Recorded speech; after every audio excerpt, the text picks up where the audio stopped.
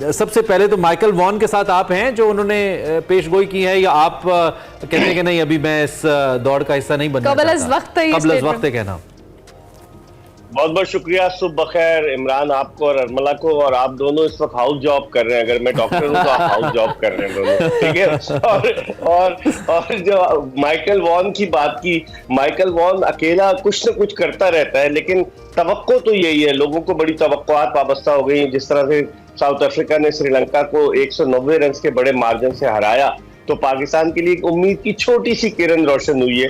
अब वो किरण कब चमकती है ये देखने की बात है, क्योंकि पाकिस्तान का मैच कल जो है वो न्यूजीलैंड से, और न्यूजीलैंड की टीम जख्मी खिलाड़ियों के मसले से दो चार है। ऐसा लगता है किस्मत की देवी भी पाकिस्तान पर मेहरबान होती है। आप देखें पिछले साल जो T20 वर्ल्ड कप हुआ, जो रिजल्ट्स आए और फिर पाकिस्तान फाइनल में पहुंच गया, तो मुझे लग रहा है कि यहाँ पर भी कुछ ना कुछ होने वाला है और पाकिस्तान न्यूजीलैंड को हरा सकता है। डीमोरलाइज्ड है न्यूजीलैंड की टीम, 4 मैचेस जीतने के बाद ऑन अ ट्रॉट 3 मैचेस वो हार चुकी है। तो अब पाकिस्तान के लिए चांस तो है। उनके खिलाड़ी मैट हेनरी के हवाले से खबर आई है, जख्मी है। फिर लोकी फर्गूसन फिट नहीं है, उनके साथ बड़े मसाइल हैं। अब देखते हैं कि क्या होता है कल, लेकिन पाकिस्तान के लिए उम्मीद जरूर है, मैं समझता हूँ। सही, ठीक हो गया मिर्जा साहब। कल जिस तरह से आप खुद भी बात करें, ऑब्वियसली बड़े हाई स्कोरिंग मैचेस हैं और हम इंट्रो में भी बात कर रहे थे।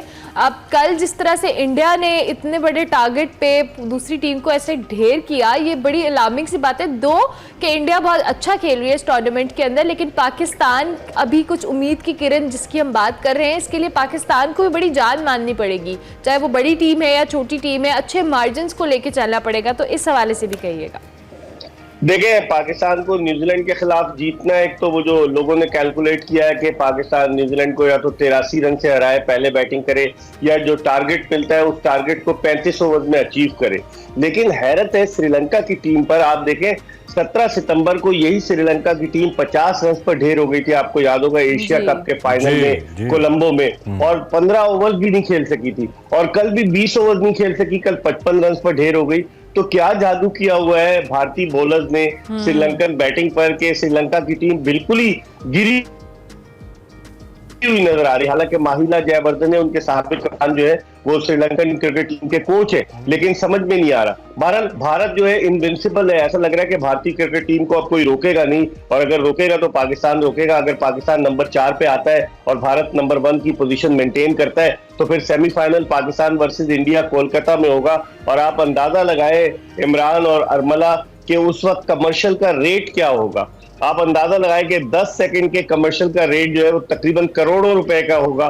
और अगर पाकिस्तान इंडिया का मैच होता है, अगर पाकिस्तान इंडिया का मैच होता है तो फिर क्या हालत होगी इकोनॉमिकली। लेकिन पहले पाकिस्तान 2 रुकावटें तो अबूर करे, न्यूजीलैंड को हराए और इंग्लैंड को हराए, और फिर उसके बाद हुनूस दिल्ली दूरस्त, वो जो कहा है ना किसी ने कि वो अभी दिल्ली दूर है। अब हम इंग्लैंड को गिन नहीं रहे हैं, हम मुसलसल न्यूजीलैंड के मैच के तो डिस्कस कर रहे हैं। साबिका आलमी चैंपियन है और एक मैच महज जीत पाए, बहुत ज्यादा बुरी कारकर्दगी उनकी रही है। लेकिन वो भी तो चाहेंगे कि जाते जाते कुछ अच्छा इख्तिताम हो उनके लिए, इतने बड़े मुकाबले का जिसको डिफेंड करने आए थे जिस ट्रॉफी को, वो भी तो चाहेंगे। इमरान वो तो चाहेंगे, क्योंकि 2025 की जो चैंपियंस ट्रॉफी है उसमें इस वर्ल्ड कप की टॉप 8 टीम्स हिस्सा लेंगी, 8 टीमें। और अगर इंग्लैंड 8 में नहीं आया तो इंग्लैंड जो डिफेंडिंग चैंपियन था 2019 का, वो बाहर हो जाएगा। तो इंग्लैंड की तो कोशिश होगी ना कि अपनी प्रेस्टीज को जो खो गई है उसको किसी तरीके से ढूंढ कर लाए और पाकिस्तान को टफ टाइम दे। आप आसान ना ले इंग्लैंड को, कोई भी मैच आसान नहीं है। आज अफगानिस्तान और नेदरलैंड का मैच है। अफगानी टीम के भी बड़े चांसेस हैं कि शायद वो सेमीफाइनल के लिए क्वालिफाई कर सके। 2 टीमें तो कंफर्म हो चुकी हैं, इंडिया और साउथ अफ्रीका। लेकिन बाकी 2 टीमों के लिए ऑस्ट्रेलिया भी इस रेस में, अफगानिस्तान भी है। कतई कलामी की माज़रत, ये जो अफगानिस्तान की बात करें, बड़ा अहम नुक्ता है। क्या अफगानिस्तान की सेमीफाइनल में पहुंचने की इक्वेशन भी उतनी ही टाइट है जितनी पाकिस्तान की है? ज्यादा इन दोनों में से ज्यादा कंपैरेटिवली कंफर्टेबल कौन सी टीम है, पाकिस्तान या अफगानिस्तान? कंपैरेटिवली पाकिस्तान है, क्योंकि पाकिस्तान के मैचेस न्यूजीलैंड और फिर उसके बाद एक मरी हुई टीम जो कि जख्मों से चूर है, न्यूजीलैंड से पाकिस्तान के मैचेस हैं और फिर उसके बाद इंग्लैंड से। लेकिन अफगानिस्तान के आज के मैच के बाद टफ मैचेस हैं। और अफगानिस्तान ने जिस तरह से इमरान इस टूर्नामेंट में परफॉर्म किया है, आज तक ये 3रा वर्ल्ड कप खेल रहे, और इससे पहले जो 2 वर्ल्ड कप थे उसमें सिर्फ एक ही मैच जीते थे। लेकिन इस वर्ल्ड कप में अफगानिस्तान की टीम 3 मैचेस जीत चुकी है, जिससे आप अंदाजा लगाएं कि बिल्कुल उन्होंने अपने आप को वनडे क्रिकेट में ट्रांसफॉर्म करके रख लिया। तो मुझे लग रहा है कि अफगानिस्तान कुछ भी कर सकता है, और अगर अफगानिस्तान ने किया तो फिर इरफान पठान आपको पता है डांस करेगा। इरफान पठान, और कल तो हमारे एक खिलाड़ी ने भी कहा है कि वो इरफान पठान की तरह डांस करेंगे अगर पाकिस्तान जीता। मैं कह रहा हूँ कि डांस से बेहतर है दुआओं पे फोकस कर लें, डांस तो होते ही रहेंगे। अच्छा, जी, मैं एक जुमला ऐड कर दूं, लेकिन 2010 में भी वो डांस कर रहे थे खिलाड़ी। वो डांस करते। अच्छा अच्छा, ठीक है। अफगानिस्तान के हवाले से जो आपने बात की है, मुझे बड़ा ही दुख होता है इस पूरे लाइनअप के अंदर जो मैचेस हम हारे हैं कि हम अफगानिस्तान से कैसे हार गए। हम इजीली उस मैच को निकाल सकते थे, बड़ी अच्छी कंफर्टेबल पोजीशन में थे, लेकिन चलें, क्रिकेट है, कुछ कह नहीं सकते। आगे बढ़ते हुए, अब आपने कहा कि 2 टीम्स तो कंफर्म है। ऑस्ट्रेलिया को आप कैसे देख रहे हैं पॉइंट्स टेबल के ऊपर, कितना इंप्रेसिव देख रहे हैं?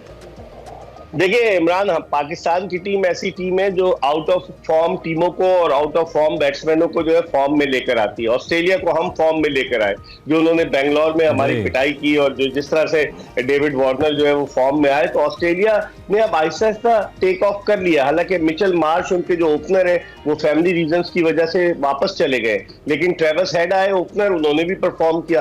तो ऑस्ट्रेलिया को आप रूल आउट नहीं कर सकते, ऐसी टीम है, फाइटर टीम है, और ऑस्ट्रेलिया जो है कुछ भी कर सकती है।